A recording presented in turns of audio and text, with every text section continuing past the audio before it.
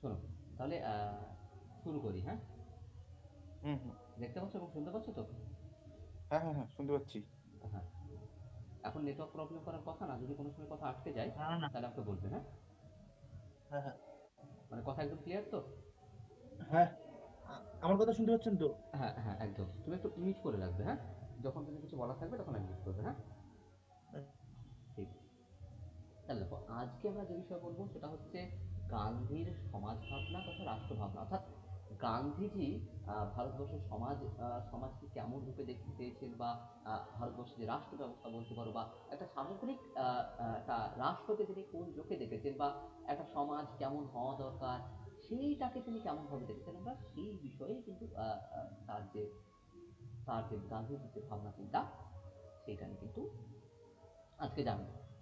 তো এই বিষয়টা নিয়ে যদি আমরা আলোচনা করি, প্রথমেই আমরা জানি যে গান্ধীজি হচ্ছেন এমন একজন ব্যক্তি, ভারতবর্ষের স্বাধীনতা আন্দোলনের ক্ষেত্রে মহাত্মা গান্ধীর যে অবদান সেটা কিন্তু অতুলনীয়। এবং তিনি কিন্তু, যে যদি দেখো, ভারতবর্ষের স্বাধীনতার আন্দোলন যেটা এতদিন কোন পর্যায়ে ছিল, এলিটিস পর্যায়ে ছিল, অর্থাৎ যারা সমাজে যারা উচ্চ শ্রেণীর যারা মানুষ তাদের মধ্যে ভারতবর্ষের স্বাধীনতা আন্দোলনটা লিমিটেড ছিল।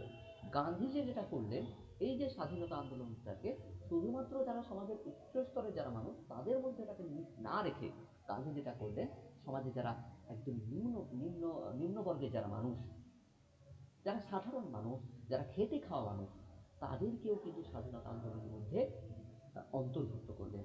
এবং এর ফলে কি হলো, স্বাধীনতা আন্দোলন সেটা কিন্তু অন্য এক মাত্রা পেল। এবং গান্ধীজির অবদান হচ্ছে সেইখানেই, কারণ গান্ধীজি আসার আগে পর্যন্ত ভারতবর্ষের স্বাধীনতা আন্দোলনের সেই প্রকার কোনো মাস বেশ ছিল না। গান্ধীজি আসার পরেই কিন্তু বলতে পারো ভারতবর্ষের রাজনীতিতে একটা মাস বেশ তৈরি হলো। এবং গান্ধীজি এমন একটা ব্যক্তিত্ব হিসাবে নিজেকে প্রতিষ্ঠাতা করতে পারলেন, আহ, যে যার বলতে পারো ডাকে ওটা ভারতবর্ষের মানুষ, মানে জাতি ধর্ম বর্ণ নির্বিশেষে সকলে স্বাধীনতার জন্য এগিয়ে আসছে। এবং আমরা বলছি মহাত্মা গান্ধী, আহ, তাকে একটা দিব্যজ্ঞানী, তাকে প্রফিট বলে আমরা উল্লেখ করছি। এবং বাস্তবে যদি আমরা দেখি, তিনি ছিলেন একজন বাস্তববাদী রাজনীতিবিদ। এবং এক্ষেত্রে যে প্রশ্নটা এসে যায়, তাহলে ভারত স্বাধীনতা আন্দোলনের ক্ষেত্রে মহাত্মা গান্ধীর একটা অবদান নিঃসন্দেহ রয়েছে। তাকে কি আমরা একজন বলতে পারো একজন দার্শনিক বলতে পারি? এই নিয়ে কিন্তু একটা বলতে পারো একটা বিতর্ক লক্ষ্য করা যায়, যে তাকে কিরকম দার্শনিক বলবো, তার আসলে ভাবনা চিন্তাটা কি ছিল।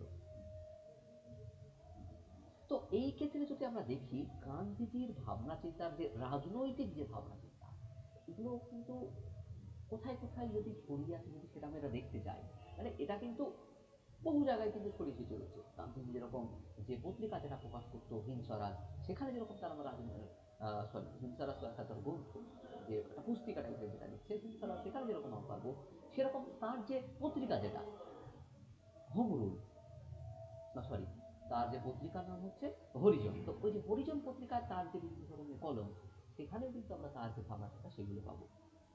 বিভিন্ন সময় তিনি যা বলেছেন, বিভিন্ন ধরনের কংগ্রেসের সেশনে তিনি যা বলেছেন, এই সমস্ত ক্ষেত্রেই কিন্তু আমরা গান্ধীজির একটা সামগ্রিক যে ভাবনা চিন্তা সেগুলো কিন্তু পাবো। যদি আমরা দেখি গান্ধীজির যে হিমস্বরাজ, যদি দেখি, আমরা যদি মানে যে কোনো যারা ধরো রাষ্ট্রবিজ্ঞানী গান্ধীজির যে রাজনৈতিক ভাবনা চিন্তা যারা বুঝতে চায়, যারা গান্ধীজিকে জানতে চায়, তাদের পক্ষে একটা কম্পালসারি রিডিং যেটা হচ্ছে সেটা হচ্ছে হিংসারাজ বা স্বদেশী সমাজ। সরি, স্বদেশী সমাজ না, ওটা স্বদেশী সমাজ তো তোমার রবীন্দ্রনাথ ঠাকুর। এই যে হিংসারাজের ক্ষেত্রে যদি দেখো, এটা কিন্তু খুব ছোট একটা পুস্তিকা। এবং এইটা কিন্তু গান্ধীজি কখন লিখছেন, গান্ধীজি দক্ষিণ আফ্রিকা যাওয়ার সময় কিন্তু তাকে লিখছেন। এটা বলতে পারো তিনি অনেকটা প্রভাবিত হয়ে লিখেছিলেন, মানে তোমার এটা, এই যে গ্রন্থটা তিনি প্রভাবিত হয়ে লিখেছিলেন, একটা গ্রন্থে তিনি প্রভাবিত হয়ে এক প্রকার বলতে পারো তার যে ভাবানুবাদ করেছিলেন। এবং এই ক্ষেত্রে যদি দেখো, এই গল্পের মধ্যে গান্ধীজির আসলে যে ভাবনা চিন্তা, তার আসলে রাজনৈতিক চিন্তা ভাবনাটা কেমন, এটার একটা স্পষ্ট বলতে পারো একটা দিক নির্দেশিকা এই ক্ষেত্রে আমরা দেখতে পারি। এইটা গান্ধীজি যে হিংসারা যে গ্রন্থ সেটা লিখছেন 1908 সালে। লন্ডন থেকে যখন দক্ষিণ আফ্রিকা যখন যাচ্ছেন, এই যে লন্ডন থেকে দক্ষিণ আফ্রিকার যাত্রা পথে যাওয়ার সময় গান্ধীজি তার যে হিন্দ স্বরাজ এই যে প্রবন্ধটা সেটাকে রচনা করছেন। এবং এটা রচনার পরেই আমরা দেখতে পাচ্ছি এটা প্রথমে হিন্দিতে লিখেছিলেন, পরবর্তীকালে আমরা দেখতে পাচ্ছি এটা ইংরেজিতে অনুবাদও হচ্ছে। তার বলতে পারো গান্ধীজির যে রাজনৈতিক ভাবনার যে মূল যে নির্যাস, মূল আসলে যে জায়গাটা, আসলে গান্ধীজির রাজনৈতিক ভাবনার মূল যে আত্মাটা বলতে পারো, আসলে রাজনীতিকে গান্ধীজি কেমন ভাবে দেখেছিলেন, সেই বিষয়টা যদি তোমরা দেখতে চাও, তাহলে তোমাদের ক্ষেত্রে প্রথমে যে গ্রন্থটাকে এগিয়ে গিয়ে তোমাদেরকে ভাবনা হবে, সেই গ্রন্থটাই হচ্ছে হিন্দ স্বরাজ। হিন্দ স্বরাজে গান্ধীজি লিখছেন, my conviction is deeper today than ever. অর্থাৎ আজকে যখন হিন্দ স্বরাজ গ্রন্থটি লেখার পর গান্ধীজি পরবর্তীকালে জিজ্ঞেস করা হলে বলা হয় যে my conviction is deeper today than ever. অর্থাৎ তার যা কিছু বলার ছিল, তার যা কিছু ভাবনা ছিল, সেগুলো সমস্ত কিছু প্রকাশ হয়েছে এই গ্রন্থের মধ্যে দিয়ে। 1948 সালের দিকে তার আরো বিভিন্ন গ্রন্থের যে বলতে পারো সংস্করণ বেরোয়। সেখানে সংস্করণ মহাদেব দেশাই তিনি লিখছেন, he would alter nothing in the book except perhaps the language in some parts। এবং পরবর্তীকালে যখন বলতে পারো আরো যে সংস্করণ যেগুলো হচ্ছে, সেখানে কিন্তু এই হিন্দ স্বরাজ গ্রন্থের কোনো মানে একদম শেষ জীবনের শেষ পর্যায়ে এসে 1908 লিখছেন, 30 বছর পর যখন এটা যখন লাস্ট সংস্করণ বেরোচ্ছে, তখন গান্ধীজি বেঁচে ছিলেন, তখন কিন্তু তিনি কয়েকটা শব্দ চেঞ্জ করা ছাড়া কোনো রকম পরিবর্তন কিন্তু করেননি। এবং বলতে পারো যে পার্থ চ্যাটার্জির কথা যদি আমরা দেখি, পার্থ চ্যাটার্জি বলছেন যে বলতে পারো এক প্রকার গান্ধীর যে ভাবনা, তার একটা সিস্টেমেটিক যে এক্সপোজিশন যদি আমরা দেখতে পাই, সেটা পাবো হিন্দ স্বরাজের মধ্যে। এবং এই হিন্দ স্বরাজের মধ্যেই গান্ধীজির সত্যাগ্রহ সম্পর্কে ধারণা, সর্বদৈব সম্পর্কে ধারণা এবং অহিংসার যে ধারণা, এই সমস্ত যে ধারণা বলতে পারো হিন্দ স্বরাজের মধ্যে পূর্ণাকারে তা নিহিত রয়েছে।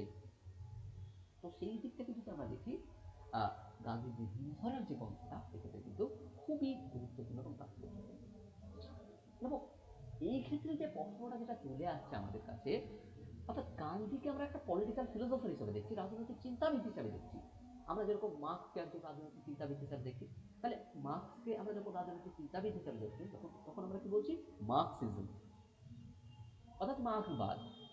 সেই রকম আমরা গান্ধীর যে চিন্তা ভাবনাকে, আমরা সেটাকেও মানে আমরা বলছি গান্ধীজম বা গান্ধীবাদ। অর্থাৎ গান্ধীর যে ভাবনা চিন্তা, গান্ধীজি কি বলতে চেয়েছেন, এই রকম করে আমরা একটা গান্ধীজিম কিন্তু সেইগুলো শুরু হচ্ছে। এটা কিন্তু নতুন কিছু নয়, এটা গান্ধীজি বেঁচে থাকার সময় থেকেই কিন্তু এই বিষয়টা শুরু হচ্ছে। এটা 1963 লেখা আছে, এটা 1963 হবে না, এটা 1936 হওয়ার কথা। তো 1936 সালের দিকে গান্ধীজি বলছেন যে গান্ধীবাদ বলে কোনো কিছু নেই, আমি আমার পরে তেমন কোনো সম্প্রদায় রেখে যেতে চাই না, কোনো নতুন নীতি বা মতবাদ সৃষ্টি করেছি আমি এমন দাবি করি না, আমি শুধু আমার মতো করে চিরকালীন সত্যগুলিকে আমার দৈনন্দিন জীবন ও সমস্যার ক্ষেত্রে প্রয়োগ করার চেষ্টা করছি। গান্ধীজি নিজে বলছেন যে গান্ধীবাদ বলে কোনো কিছু আছে বলে আমি বিশ্বাস করি না, এবং তিনি বলছেন যে আমার আমার মৃত্যুর পর আমি গান্ধীবাদ বলে কোনো কিছু রেখে যেতেও চাই না।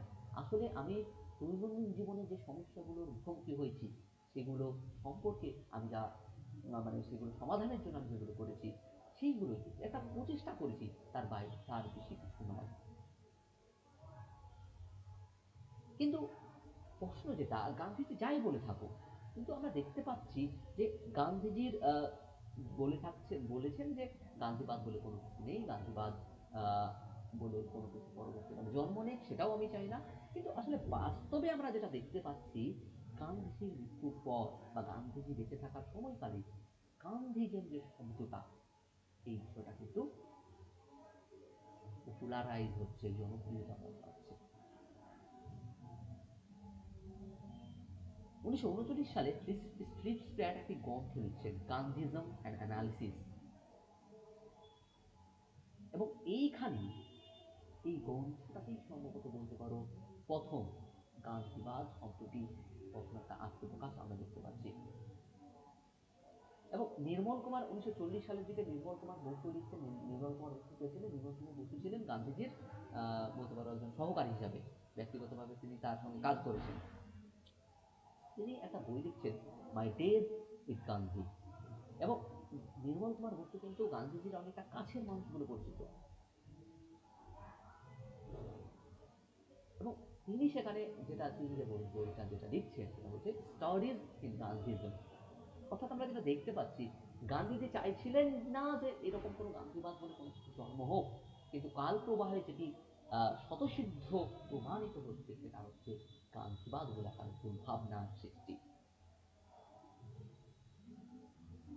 তো এবার যদি দেখো, গান্ধীবাদ ভাবনা যদি আমরা দেখি, এটা মূলত দুটি দিক থেকে আমরা বিষয়টাকে দেখতে পারি। প্রথম দিকটা হচ্ছে বিদ্যমান যে রাষ্ট্র কাঠামো তার একটা পুনর্মূল্যায়ন করছে, একটা মূল্যায়ন করছে।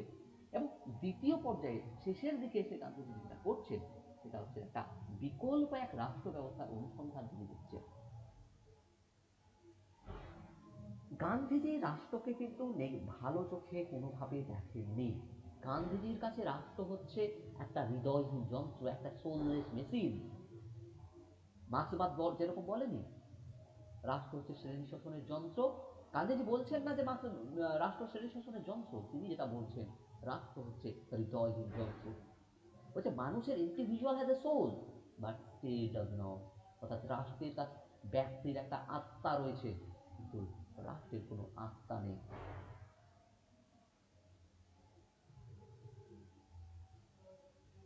এবং তিনি বলছেন, সেই জন্য তিনি বলছেন যে একজন যার একটা আত্মা রয়েছে, যারা একজন এথিক্যাল মানুষ, তার কাছে রাষ্ট্রের কোনো প্রয়োজনীয়তা নেই। তিনি রাষ্ট্রের যে প্রয়োজনীয়তার কথা সেটা অস্বীকার করছেন।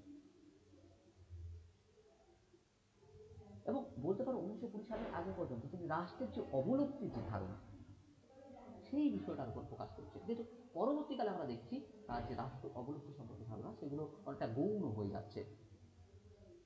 এবং কিভাবে রাষ্ট্রের যে নেতিবাচক যে ভূমিকা সেটা কিভাবে লিমিটেড করা যায়, বা সেটাকে কিভাবে বলতে পারো সংকুচিত করা যায়, সেই বিষয়টার উপর কিন্তু পরবর্তীকালে গান্ধীজি বেশি করে ফোকাস করছেন।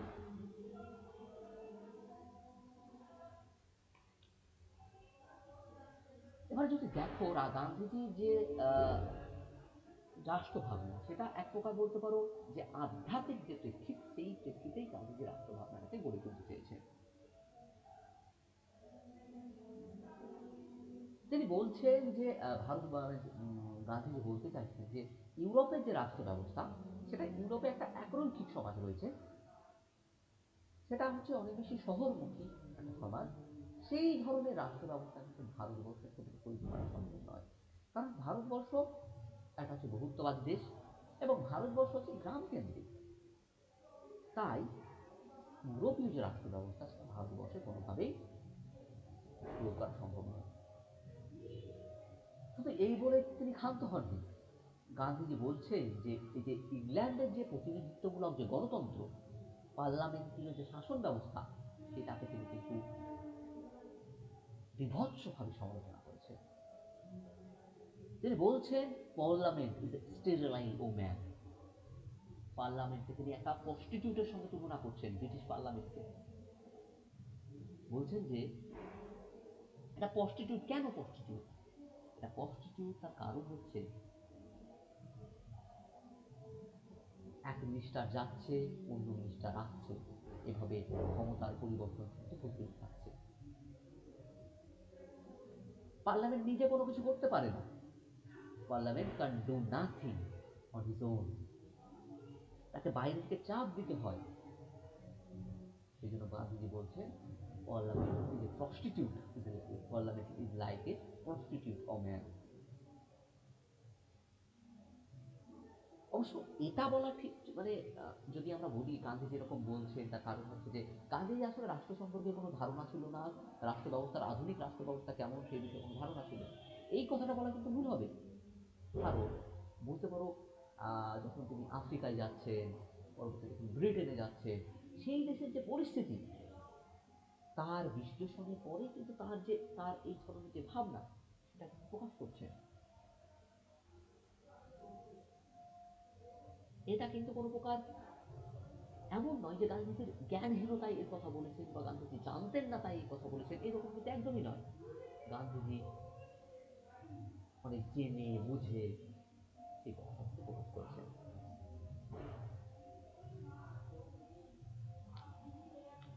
এবার গান্ধীজির আলোচনা যখন আসছে এক্ষেত্রে যে বিষয়টা, যেরকম হিন্দ স্বরাজেও যে বিষয়টার কথা আসছে, স্বরাজ, অর্থাৎ স্বরাজের প্রশ্নটা কিন্তু এক্ষেত্রে খুবই গুরুত্বপূর্ণ। তাহলে স্বরাজ কি? যখন আমরা স্বরাজের কথা বলছি তখন অর্থাৎ এবার তাহলে বিদ্যমান যে গণতন্ত্র তার একটা সমালোচনার বিষয়টা গেল। এবার যে বিষয়টা যেটা আসবে সেটা হবে যে আহ, দেখো এতক্ষণ আমরা কি বললাম, মানে বিদ্যমান যে রাষ্ট্র ব্যবস্থা সেটাকে কিভাবে গান্ধীজি নেতিবাচক চোখে দেখেছেন সেই বিষয়টা আমরা দেখলাম। অর্থাৎ কি, গান্ধীজি বিদ্যমান শাসন ব্যবস্থাকে নেগেটিভ চোখে দেখেছেন, পার্লামেন্টকে পার্লামেন্টকে তিনি প্রস্টিটিউট ওম্যানের সঙ্গে তুলনা করেছেন, তিনি পশ্চিমী যে নগরকেন্দ্রিক সভ্যতাকে ভারতে প্রস্তুত চাননি। তিনি বলেছেন রাষ্ট্র ব্যবস্থার কোনো আত্মা নেই, state does not have any soul at all, এই কথাগুলো বলেছেন। অর্থাৎ রাষ্ট্র একটা নেতিবাচক বিষয়। তারপর তাহলে বিকল্প ভাবনাটা কোথায়, অর্থাৎ এই অল্টারনেটিভটা কোথায় পরবর্তী পর্যায়ে সেই বিষয়টা প্রকাশ করছে। গান্ধীজির কাছে যে বিষয়টা গুরুত্বপূর্ণ সেটা হচ্ছে স্বরাজ বা স্বশাসন, যার অর্থ হচ্ছে স্বশাসন। এবার যখন স্বরাজের কথা বলছি বা স্বশাসনের কথা বলছি তখন এর আবার কিন্তু দুটো দিক রয়েছে। একটা দিক হচ্ছে এই যে স্বশাসন মানে যখন আমরা কথা বলছি সেটা হচ্ছে দুটো দিক রয়েছে। একটা হচ্ছে সেলফ ডেভেলপমেন্টের প্রশ্ন, অর্থাৎ আমি আত্মার বিকাশ করতে চাইছি। স্বরাজ মানে আমি প্রথম ইন্ডিভিজুয়াল প্রশ্ন, আমি প্রথমে আমার নিজেকে উন্নত করব, আমি নিজেকে পিউরিফিকেশন করব, আমি নিজেই নিজেকে শাসন করব। অর্থাৎ আমার নিজের বডি ইন্ডিভিজুয়ালের যে প্রশ্ন, আমার ব্যক্তির যে প্রশ্ন, সেক্ষেত্রে আমি নিজেকে সরজ করবো, ডেভেলপমেন্ট করবো, সেই প্রশ্নটা। দ্বিতীয় ক্ষেত্রে যেটা মানে এর এক্সটেন্ডেড ফর্মে যে বিষয়টা আসছে সেটা হচ্ছে সেলফ গভর্নমেন্ট। অ্যান্থনি জি পারেল লিখছেন, The concept of self-government as used in Hinsaraj has a dual meaning. First, it means self-rule of the individual by the individual. দেখো যখন স্বরাজের কথা বলছি তখন কি আমি স্বশাসনের কথা বলছি, অর্থাৎ আমি আমার ব্যক্তি আমি কি করব করব না আমি নিজেই ডিসাইড করব, আমি নিজেই ঠিক করবো, অর্থাৎ আমাকে আমি নিজেই কন্ট্রোল করছি, আমি নিজেকে নিজেই নিয়ন্ত্রণ করছি। দ্বিতীয় যেটা সেলফ গভর্নমেন্টের প্রশ্ন,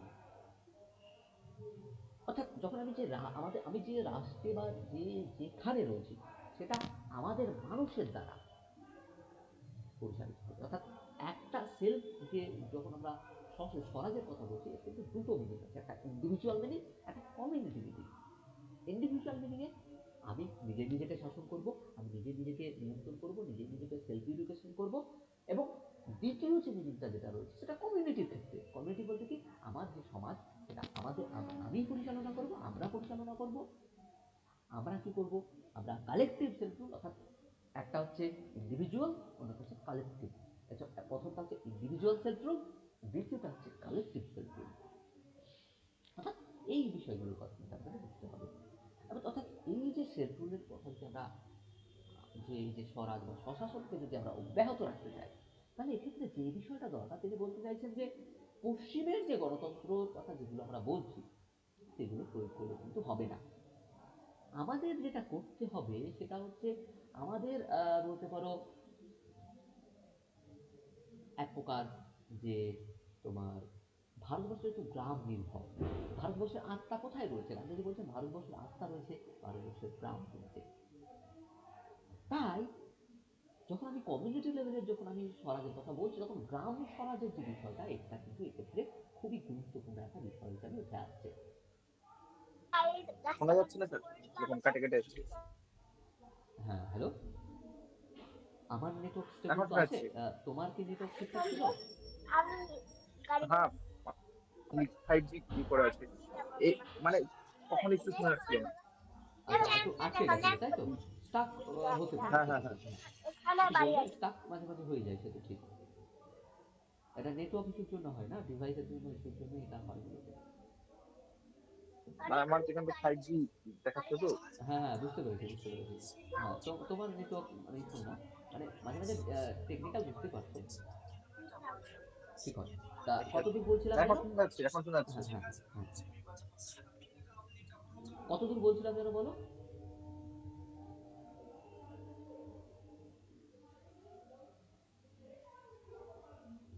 হ্যাঁ, শুনতে পাচ্ছ? এখন শুনতে পাচ্ছি। হ্যাঁ, তো এই যে আমরা বলছিলাম যে এই যে সেলফ ডিটারমিনেন্সের কথা, অর্থাৎ একটা হচ্ছে ইন্ডিভিজুয়াল লেভেলে সেলফ রুল, দ্বিতীয়টা হচ্ছে কালেকটিভ লেভেলে সেলফ রুল। এবং কালেকটিভ লেভেলে যখন সেলফ রুলের কথা আসছে তখন গান্ধীজি যার কথা বলছেন তিনি হচ্ছে গ্রাম স্বরাজের কথা। অর্থাৎ গ্রামগুলো, তিনি বলছেন যে পশ্চিমী যে গণতন্ত্র সেখানে কি শহর কেন্দ্রিক, তাই পশ্চিমের মডেলটা আমাদের নেওয়া চলবে না, আমাদের একটা নতুন মডেল নিতে হবে। বলছে ভারতবর্ষের আত্মা কোথায় রয়েছে? ভারতবর্ষের আত্মা রয়েছে ভারতবর্ষের গ্রামগুলিতে।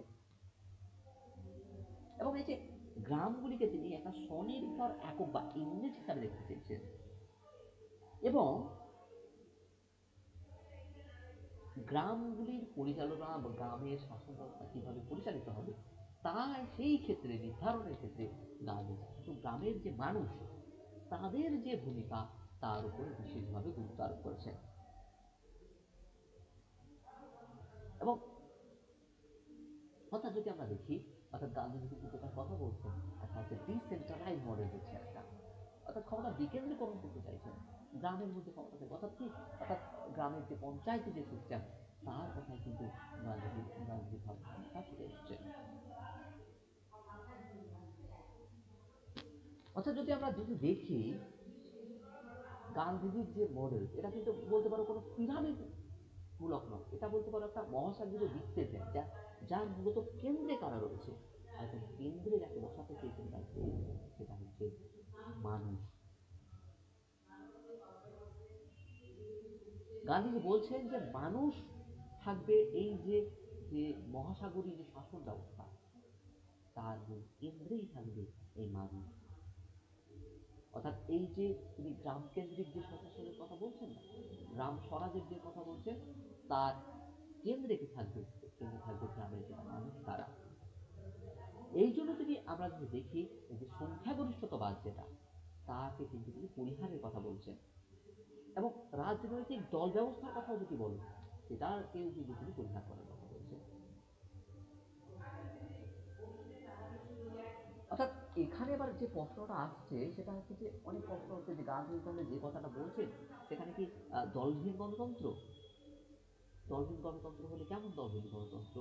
এবার যেটা এখানে যে বিষয়টা দেখা, সেটা প্রথম দিকে আমরা যেটা দেখছিলাম গান্ধীজি কি কথা বলছেন, রাষ্ট্রকে একদম নেগেটিভ চোখে দেখছিলেন, রাষ্ট্রকে বোঝার কথা বলছিলেন। কিন্তু এই যে এখানে এসে কি বলছেন, গ্রাম স্বরাজের কথা বলছেন, অর্থাৎ রাষ্ট্র তো তার মানে রাষ্ট্রের মধ্যে বলতে পারো কাইন্ড অফ রাষ্ট্রের তো অন্তর্ভুক্ত হয়েই যাচ্ছে, অর্থাৎ কোনো রকম অ্যানার্কি তো আর থাকছে না।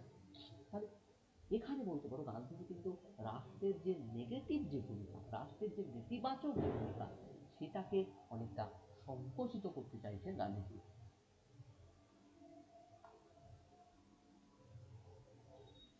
এবং এই যে মেজরিটেরিয়ানিজম বা সংখ্যাগরিষ্ঠতাবাদ এবং মানুষকে তিনি যে ক্ষমতার কেন্দ্রে আনতে চাইছে, সেই জন্য গান্ধীজির কাছে যে বিষয়টা গুরুত্বপূর্ণ হয়ে আসছে সেটা হচ্ছে যে এই যে কিভাবে মানুষকে ক্ষমতার কেন্দ্রে নিয়ে আসবো, অর্থাৎ মানুষের যে প্রশ্নটা, সেই প্রশ্নটার প্রতি তিনি গুরুত্ব দিতে চাইছে। অর্থাৎ সমস্ত যে ক্ষমতা যেটা, এটা তো ক্ষমতাকে আমরা দুই ভাগে, একটা হতে পারে হায়ারার্কিক ক্ষমতা অর্থাৎ পিরামিড তুল্য, যেখানে একদম উপরে রয়েছে তারা যে একদম হায়ার অথরিটি, নিচে রয়েছে লোয়ার, একদম সবার নিচে রয়েছে মানুষ। কিন্তু সেরকম তিনি করতে চাইছেন না, তিনি গোড়ে একটা বৃত্তের ন্যায় করতে চাইছেন এবং বৃত্তের মধ্যবর্তীতে বসাতে চাইছেন মানুষকে, এবং মানুষকে কেন্দ্র করেই, এই যে ইন্ডিভিজুয়ালকে কেন্দ্র করেই সমস্ত যে শাসন ব্যবস্থা সেটা পরিচালিত হবে। এবং এই প্রেক্ষাপটেই যে বিষয়টা যেটা চলে আসছে সেটা হচ্ছে, অর্থাৎ এখানে কিন্তু আবার বলতে পারো যে রাষ্ট্রহীন গণতন্ত্র এবং রাষ্ট্রের যে প্রয়োজনীয়তার দিকে কিন্তু তিনি আস্তে আস্তে ফিরে আসেন। অর্থাৎ মানুষকে যদি বলতে পারো একটা সুশাসন যদি প্রতিষ্ঠা করতে চায়, বা এক প্রকার বলতে পারো সেটা স্টেবিলিটি যদি নিয়ে আসতে চায়, বা মানুষকে যদি উন্নতি সাধন করতে চায়, তাহলে রাষ্ট্রের যে একটা প্রয়োজনীয়তা যেটা রয়েছে সেটা কিন্তু শেষমেশ গান্ধীজি স্বীকার করছেন। এবার এক্ষেত্রে যে বিষয়টা যেটা দেখা সেটা হচ্ছে, গান্ধীজি যখন বলতে এক প্রকার বলছে যে আদর্শ রাষ্ট্র এবং আদর্শ সমাজের কথা যখন আসছে, তখন শুধু গ্রাম স্বরাজের পাশাপাশি কিন্তু আর একটা যার কথা আসছে, সেটা হচ্ছে তোমার সর্বদয় সমাজ বা যে রামরাজ্য আছে যে ধারণাটা, সেই বিষয়টা কিন্তু এখানে চলে আসছে। এবার যখন রামরাজ্যের কথা বলছি, এখানে কিন্তু অনেকে বলতে পারে যে এর মধ্যে একটা ধর্মীয় একটা যোগ রয়েছে, কিন্তু বিষয়টা আসলে সেরকম না। রামরাজ্য হচ্ছে এমন একটা রাজ্য, এমন একটা সমাজ যেখানে সকলের মঙ্গল সাধন হবে।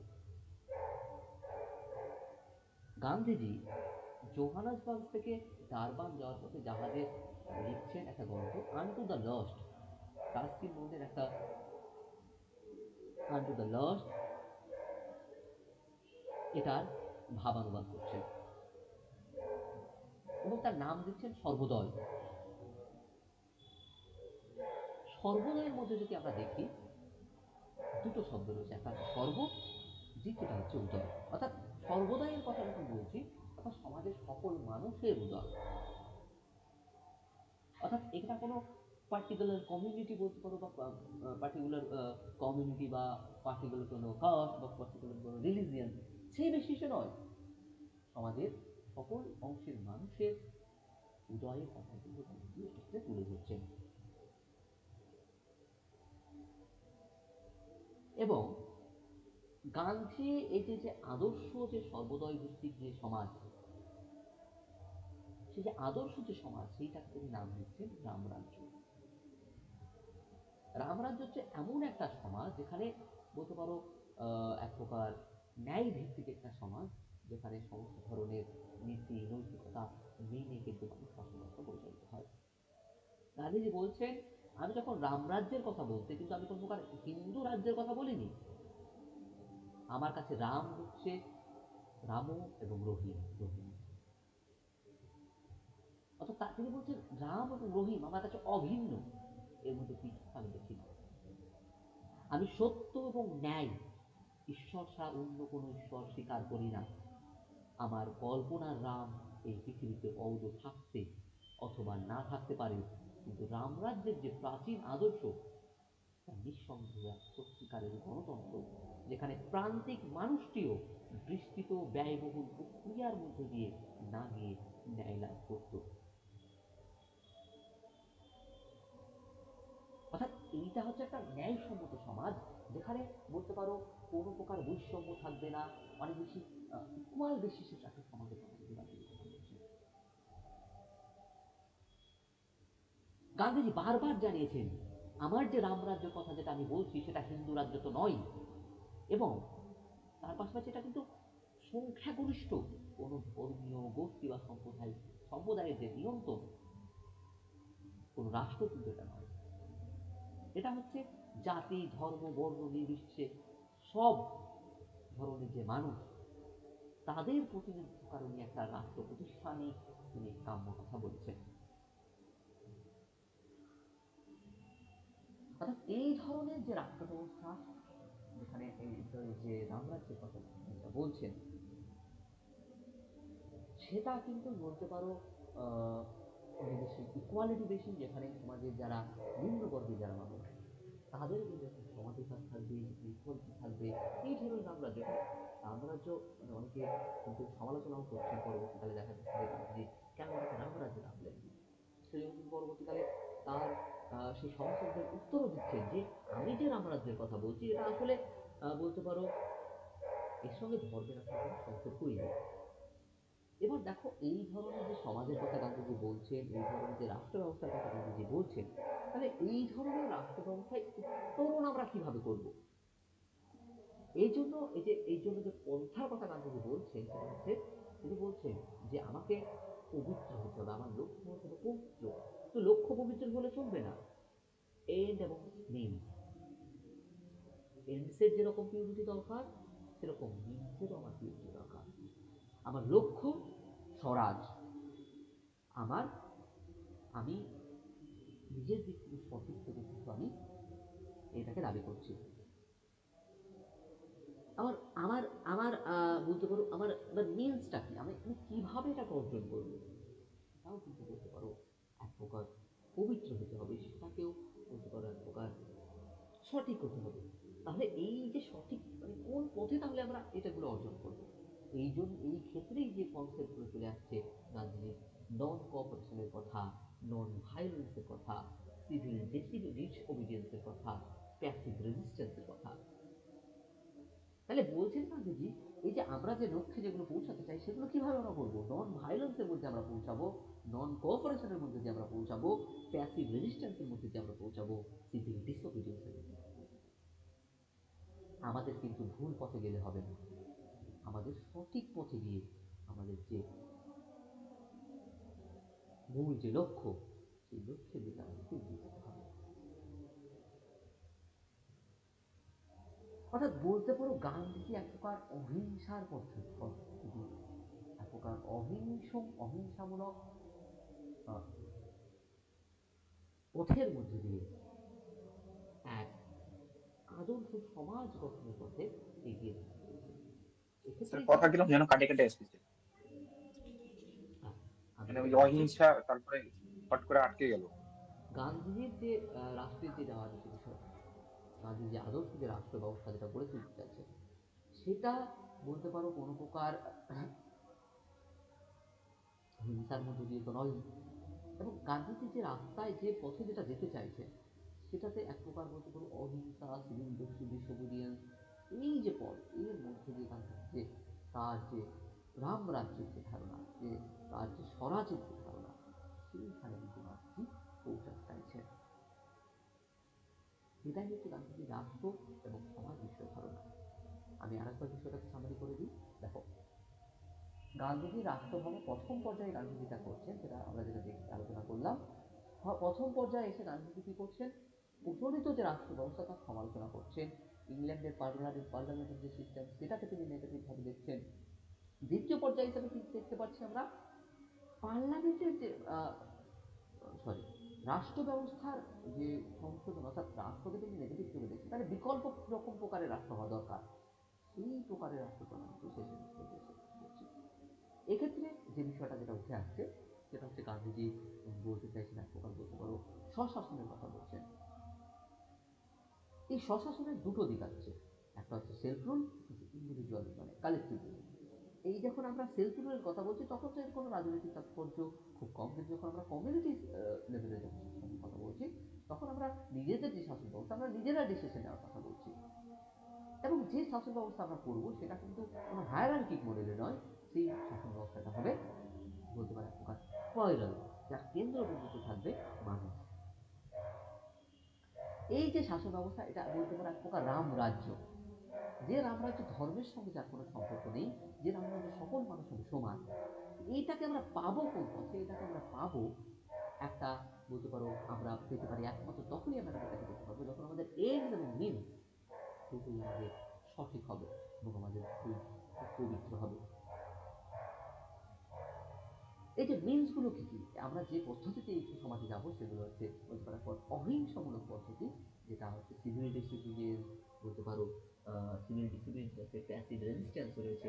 এই প্রকার একটা পদ্ধতি দিয়ে আমরা আমাদের যে কাঙ্ক্ষিত যে যে ফল বা কাঙ্ক্ষিত যে আহ, লক্ষ্য সেইখানে আমরা এই মাধ্যম দিয়ে পৌঁছাতে পারবো। এবার বলো